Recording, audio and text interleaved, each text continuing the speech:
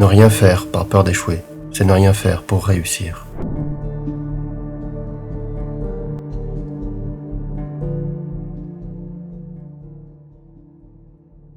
Salut tout le monde, j'espère que vous allez bien. Aujourd'hui je suis hyper content et à la fois très enthousiaste à l'idée de vous plonger dans l'univers d'Orion.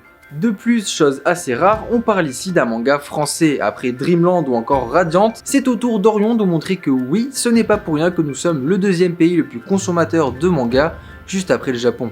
Orion est écrit et scénarisé par Ayenke et illustré par Enabi. Sorti en mai 2018, le premier volume d'Orion est une véritable pépite pour le manga français. Avec son allure de manga tout droit sorti du Japon, il arrive tout de même à s'imposer avec une patte graphique très singulière et une histoire riche en énigmes et mystères à élucider. Et après avoir lu les 3 premiers tomes, je peux vous dire qu'on ressent tout de suite la passion que partagent Ayenke et Enabi pour ce médium. Ayenke est un enfant de l'animation japonaise qui s'est très tôt passionné pour les univers imaginaires. Lorsqu'il ne dévorait pas les livres, c'était les petits écrans d'ordinateur qui le captivaient. Par la suite, il découvrira les jeux de rôle avant d'être rattrapé par le Japon qui ne le quittera plus jamais.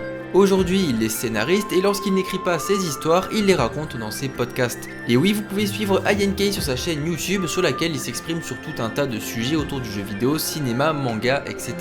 D'ailleurs, ça me rappelle que j'ai bien 1 an de retard, il est peut-être temps de m'y remettre. Également passionné d'animation japonaise, Enabi développe rapidement une grande maîtrise du dessin. Ses travaux lui permettront de faire partie des pionniers du manga francophone dans divers salons. Et en parallèle, ses sculptures feront parler d'elle sur internet. Elle obtient une maîtrise de langue japonaise et ses compétences l'emmènent à travailler pour un grand studio d'animation que vous connaissez sans aucun doute.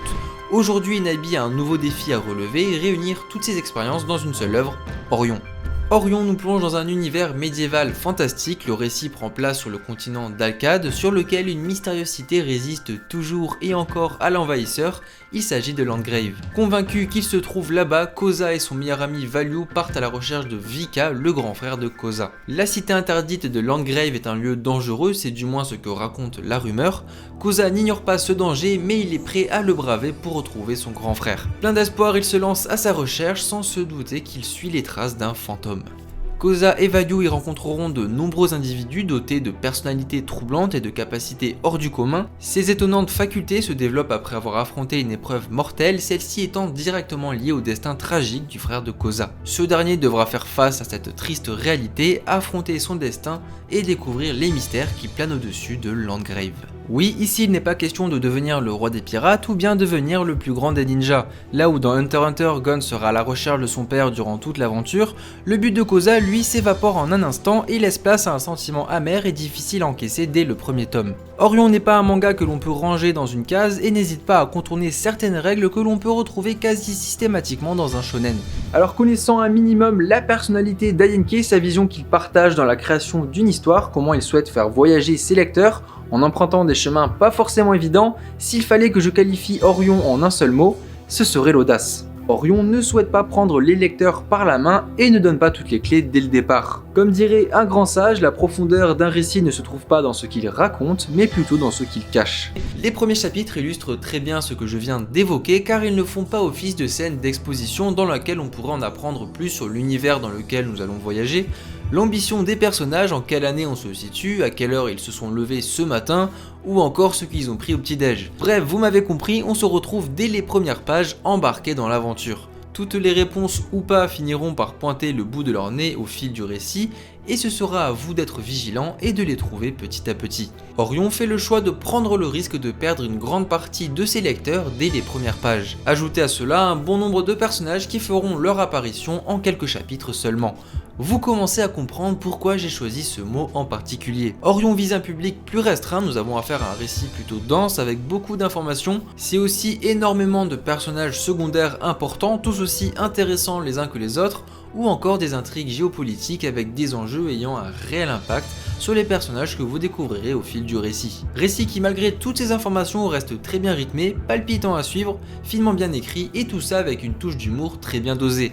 Bref, on se retrouve très vite happé dans cet univers. Personnellement, ce qui me plaît le plus dans Orion, c'est d'avancer à tâtons. Alors attention, quand je dis à tâtons, ce n'est pas de façon hasardeuse ou désordonnée. On ne sait pas vers où Ayenke veut nous mener et c'est ça que je trouve assez excitant. Même si le récit avance, si les personnages commencent à prendre leur marque, commencent à réaliser ce pourquoi ils vont se dépasser et aller de l'avant, on ne sait pas encore quels seront les tenants et aboutissants pour la suite d'Orion. On continue d'enchaîner les mystères, de se poser davantage de questions et le récit devient de plus en plus fascinant au fil des pages. De mon point de vue, une histoire n'a pas besoin de définir des objectifs à accomplir à tout prix, un but que l'on nous rappellera à chaque volume. Certaines histoires utilisent cet outil scénaristique et ce n'est pas négatif, loin de là, mais ce que je veux dire par là c'est que ce n'est pas nécessaire pour retenir le lecteur. Pour être franc, de mon côté, c'est plutôt ce type d'œuvre qui m'inspire. Si le récit est bien mené, nul besoin de faire de vagues. C'est aussi ça la qualité d'un scénariste, peu importe le contexte, l'époque, les enjeux, tant que le lecteur est captivé par les événements, c'est une réussite. Orion m'a énormément fait penser à Hunter x Hunter, c'est peut-être le caractère de Koza ou même son look, mais c'est aussi cette amitié forte entre Koza et Value ou encore la manière dont sont présentées les caractéristiques et capacités des différents personnages. Vous vous en doutez forcément, on est quand même dans un shonen, nos deux protagonistes vont dès le deuxième volume devoir prendre leur marque et apprendre à maîtriser leurs nouvelles capacités, et à l'image des Hunters, Koza et Value vont en premier lieu sonder l'origine de leur pouvoir, identifier leur type de capacité, est-ce qu'ils vont être plutôt orientés attaque, défense, etc. etc. Tout ça au travers d'une épreuve assez simple, faire tournoyer une toupie. Puis les résultats parleront d'eux-mêmes. Bon, je pense que ça vous rappelle tous quelque chose, ce sont ce genre de détails assez ingénieux qui me plaisent beaucoup dans un shonen. Je vous disais qu'Orion sortait des sentiers battus, mais il fait tout de même appel à des codes que l'on connaît que très bien et qui s'avèrent être très efficaces dans la progression des personnages. J'aime aussi énormément l'ambiance assez dure, sombre qu'instaure le récit, on comprend très vite que les personnages vont parfois devoir faire face à des compromis, prendre des risques, la psychologie de certains personnages et j'en passe. On a comme la sensation qu'une ombre plane au-dessus des personnages et qu'un malheur pourrait arriver à n'importe quel moment. Le volume 3 d'Orion d'ailleurs est clairement dans cette optique-là. Orion est aussi très symbolique et ne va pas hésiter à mettre sur la table des pistes de réflexion en faisant énormément de métaphores. D'ailleurs, on le sait, INK aime bien taquiner, donner un grand coup de pied dans la fourmilière et pointer du doigt toutes sortes de problématiques qui peuvent se poser dans notre société. Je pense que c'est à peu près tout ce que j'ai à dire du côté d'INK.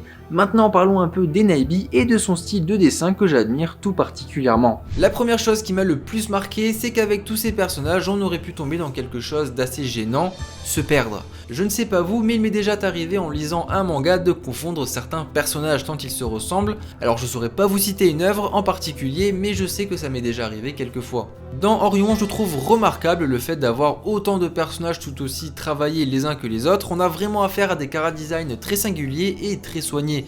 Chaque personnage est unique et attachant à sa manière. Ensuite, point assez intéressant, malgré le fait qu'Orion soit français, Enaibi et INK veulent en faire un manga japonais. C'est un aveu de leur part et de mon point de vue, je vois cette volonté comme la matérialisation de leur passion envers le manga qui les a fait rêver durant toute leur vie, ou encore un hommage, une marque de respect envers ce média qu'ils aiment tant. Et c'est tout à fait vrai, Enaibi a un style très jap, et si on m'avait mis Orion entre les mains sans connaître les auteurs, je n'y aurais vu que du feu. Bon, évidemment, certaines phrases ou encore des blagues que vous ne trouverez pas au Japon m'auraient mis la puce à l'oreille, c'est certain, mais vous avez compris l'idée. Le découpage des planches est très réussi, on comprend toujours parfaitement les scènes d'action malgré les nombreux dialogues, ce n'est pas indigeste, en tout cas on ne se sent pas submergé d'infos dans tous les sens, comme on pourrait le constater sur un One Piece par exemple. C'est très généreux et on a affaire à de belles doubles pages pas piquées des hannetons. Bref, tout est limpide, c'est beau et j'aime beaucoup le style d'Enaibi. Et bien voilà, c'est à peu près tout ce que j'avais à dire afin de vous donner envie de vous lancer dans l'aventure Orion. N'hésitez pas à compléter mon analyse, parler de sujets intéressants que j'aurais pu oublier, les commentaires sont là pour ça. Et n'oubliez pas que si vous kiffez mon contenu, vous pouvez soutenir la chaîne avec un like, un partage, ça m'aide grandement. Quant à moi, je vous dis portez-vous bien et on se retrouve très vite sur la chaîne pour de nouvelles vidéos. Allez, tchuss!